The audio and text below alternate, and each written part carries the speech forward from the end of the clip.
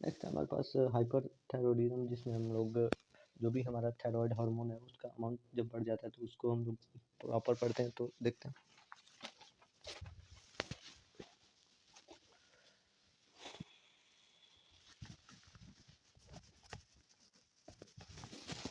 Hyperthyroidism, over action of thyroid hormone lead to excess thyroid hormone production. जो हमारा over active जो thyroid gland होता है अगर, तो उसके वजह से जो थायराइड हार्मोन का प्रोडक्शन वो बहुत ज़्यादा एक्सेसिव हो जाता है।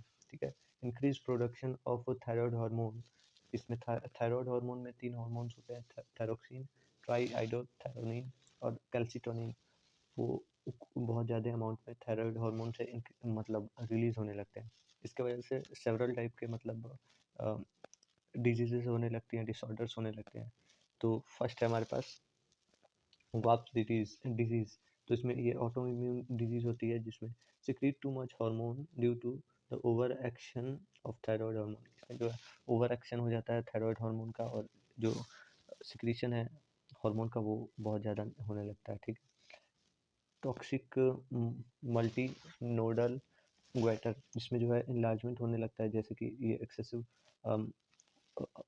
ओवर एक्टिव रहता है तो इसकी वजह से इनलार्जमेंट होने लगता है और सिक्रीशन होने लगता है बहुत ज़्यादा हार्मोन, तो ये मल्टी नोडल हो जाता है, ग्वेटर हो जाता है। ठीक है, toxic adenoma, abnormal functioning of nodule in the thyroid gland that cause increasing of secretion of thyroid hormone। इसमें जो है abnormal functioning होने लगती है नोड्यूल्स का। ठीक है, उसकी वजह से जो कॉज होता है वो इंक्रीज हो जाता है हमारा थायराइड हार्मोन का सिक्रीशन। ठीक है, इसके बाद से थेरिडोटाइटिस, थेरिडोटाइट्स थायराइडोटाइट्स थायराइडोटाइट्स में हमारा इन्फ्लेमेशन हो जाता है थायराइड ग्लैंड का। ठीक है, इसके बाद से कॉजेज़ की बात करें तो ये जो कॉज होता है मेनली हमारे मतलब 60 ईयर से जो ज़्यादा एज के लोग होते हैं, पर्सन्स होते हैं या वो ह्यूमंस होते हैं, उनमें होता है फैमिली अगर बैकग्राउंड मतलब प्रॉपर जेनेटिक है तो उसकी वजह से भी हो सकता है। एक्सेसिव आयोडीन इंटेक से हो सकता है। फिर हिस्ट्री ऑफ इन्फेक्शन और स्ट्रेस से हो सकता है। Over medication of hypothyroidism treatment से हो सकता है। ठीक है, ऑटो इम्यून डिजीज अगर है तो उससे हो सकता है। फिर अगर थायराइड का जो ग्लैंड का इन्फ्लेमेशन हुआ है तो उससे हो सकता है। अगर हम लोग पैथोफिजियोलॉजी की बात करें तो कैसे ये कॉज होता है, तो फर्स्ट ऑफ ऑल हमारा जो एथियोलॉजिकल फैक्टर है वो शो होने लगता है, जैसे कि इंक्रीज हो जाता है TCH जो सिक्रीशन उसका, थायराइड हार्मोन सिक्रीशन इंक्रीज हो जाता है, जिसकी वजह से जो वाप्स डिजीज़ और थायराइड एडिनोमा ये सब जो मतलब डिजीज़ कंडीशंस हैं वो शो होने लगते हैं। उसकी वजह से जो जो भी ये T3 और T4 का मतलब सिक्रीशन है वो बहुत ज़्यादा हाई हो जाता है हमारे ब्लड में। ठीक है, उसके बाद से ये जो है सप्रेस करने लगता है हमारे थायराइड TSH को, जो कि हमारा जो मतलब नेगेटिव फीडबैक मैकेनिज्म है जो मतलब यूज़ करता है हमारे मतलब जो भी हमारे सिग्नल मिलती है पिट्यूटरी ग्लैंड से। ठीक है, मेटाबॉलिक एक्सेलरेशन हो जाती है, मतलब जो बॉडी का प्रोसेस होता है मेटाबॉलिज्म होता है वो बहुत ज़्यादा इन्हेंस हो जाता है और इंक्रीज हो जाता है उसकी वजह से। ठीक है, तो फिर उसके आगे जो ऑक्सीजन का लेवल मतलब कंजप्शन है वो इंक्रीज हो जाता है बॉडी में, और थर्मोजेनेसिस हो जाता है, जिससे मतलब बॉडी का जो हीट है वो बढ़ जाता है और ये हीट टॉलरेंट हो जाता है और स्वेट सिक्रीशन होने लगता है बहुत ज़्यादा। ठीक है, फिर हमारे पास ये मतलब सिंपैथेटिक नर्वस सिस्टम का स्टिमुलेशन होता है, जिसकी वजह से नर्वसनेस और एंजाइटी और पाल्पिटेशन होने लगता है। उसके बाद से जो मेन हमारा जो सिम्टम्स होता है वो शो होने लगता है, और जैसे कि गुड एपेटाइट ये सब लॉस होने लगता है, वेट। और ठीक है, अगर हम इसके मतलब क्लिनिकल मैनिफेस्टेशन की बात करें तो सिम्टम्स जो है वो अनएक्सपेक्टेड वेट लॉस होगा, जिससे मतलब बहुत ज़्यादा वेट लॉस होने लगता है। ये हमारा थर्मोजेनेसिस से होगा। जब हीट ज़्यादा प्रोड्यूस होगी तो एनर्जी ज़्यादा लगेगा, ऑक्सीजन ज़्यादा कंज्यूम होगा तो ज़्यादा हमारा बॉडी मतलब एनर्जी चाहिए तो ज़्यादा लॉस होने लगेगा, जो भी एनर्जी बॉडी से लेगा वो। एक्सेसिव स्वेटिंग होगी थर्मोजेनेसिस की वजह से।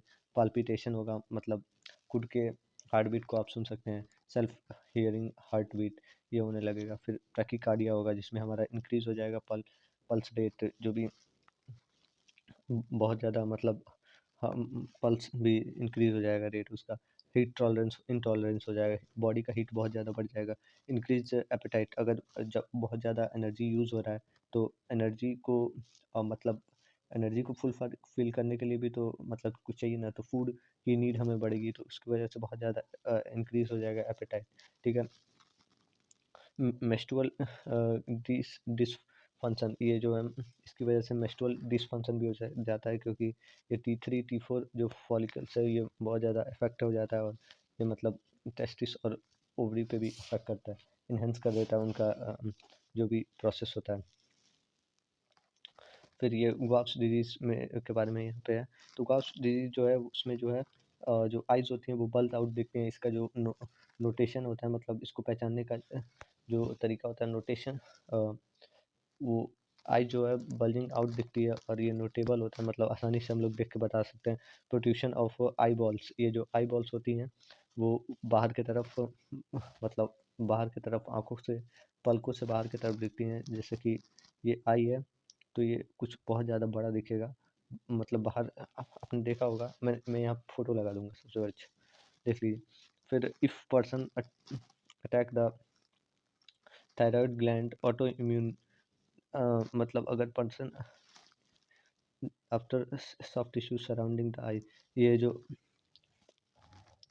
और जो ह्यूमन का मतलब चेंज होता है वो उसकी वजह से होता है कि जब अटैक हो जाता है मतलब थायराइड और ग्लैंड का, तो ऑटो इम्यून की वजह से अफेक्ट हो जाता है हमारे सॉफ्ट टिश्यू जो भी होते हैं, जो कि आइज़ के सराउंडिंग में होते हैं, और ये जो आइज़ है वो बल्ज आउट हो जाता है, प्रोट्रूड हो जाता है बाहर की तरफ। नर्वसनेस होती है, फिर एंजाइटी होती है, ट्रॉमा होता है, स्लिप डिस्टर्बेंस होती है। फिर डायग्नोसिस की बात करें कि क्या क्या हम लोग टेस्ट करते हैं, तो इसमें हम लोग ब्लड टेस्ट करते हैं, जिसमें स्लो हो जाता है हमारा T3 T4 लेवल, और उसमें जो सप्रेस हो जाता है हमारा TCH। ठीक है। जो TCH है वो इन्वर्सली प्रोपोर्शनल होता है T3 और T4 के। ठीक है। TSH sorry, thyroid scan and antibiotic test, जो भी थायराइड स्कैन होती है और एंटीबायोटिक टेस्ट होता है, यूज टू डायग्नोस द वाप्स डिजीज इमेजिंग स्टडी। ये जो है एक तरह का इमेजिन स्टडी है, जिसमें एंटीबॉडी एंटीजन को देखते हैं और प्रॉपर टेस्ट करके हम लोग पता करते हैं कि क्या ही बॉडी में प्रोसेस हो रही है, क्या कौन सा हार्मोन इंक्रीज हुआ है, कौन सा डिक्रीज हुआ है। Radio active iodine uptake test, इसमें जो है आयोडीन के इंटेक मतलब पहले और आफ्टर मतलब चेक करते हैं, और एग्जामिन दोनों के बीच के डिफरेंस से हम लोग पता करते हैं कि क्या प्रॉब्लम है।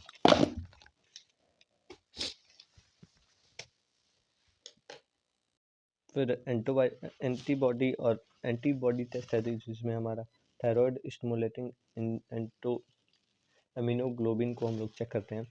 अगर इसके बाद से हम लोग मैनेजमेंट की बात करें तो इसमें इसमें मतलब मेनली 3 टाइप के मैनेजमेंट आ जाएंगे। फर्स्टली मेडिकल आएगा, फिर सर्जिकल आएगा, उसके बाद से हम नर्सिंग करेंगे। तो फर्स्टली मेडिकल में हम लोग एंटी थायरॉयडिज्म देखेंगे, एंटी थायरॉयडिज्म को, जिसमें हमारा मेथिमोजोल आएगा, जो कि यूज़ होता है एंटी थायरॉयड ड्रग के रूप में, और प्रोपाइल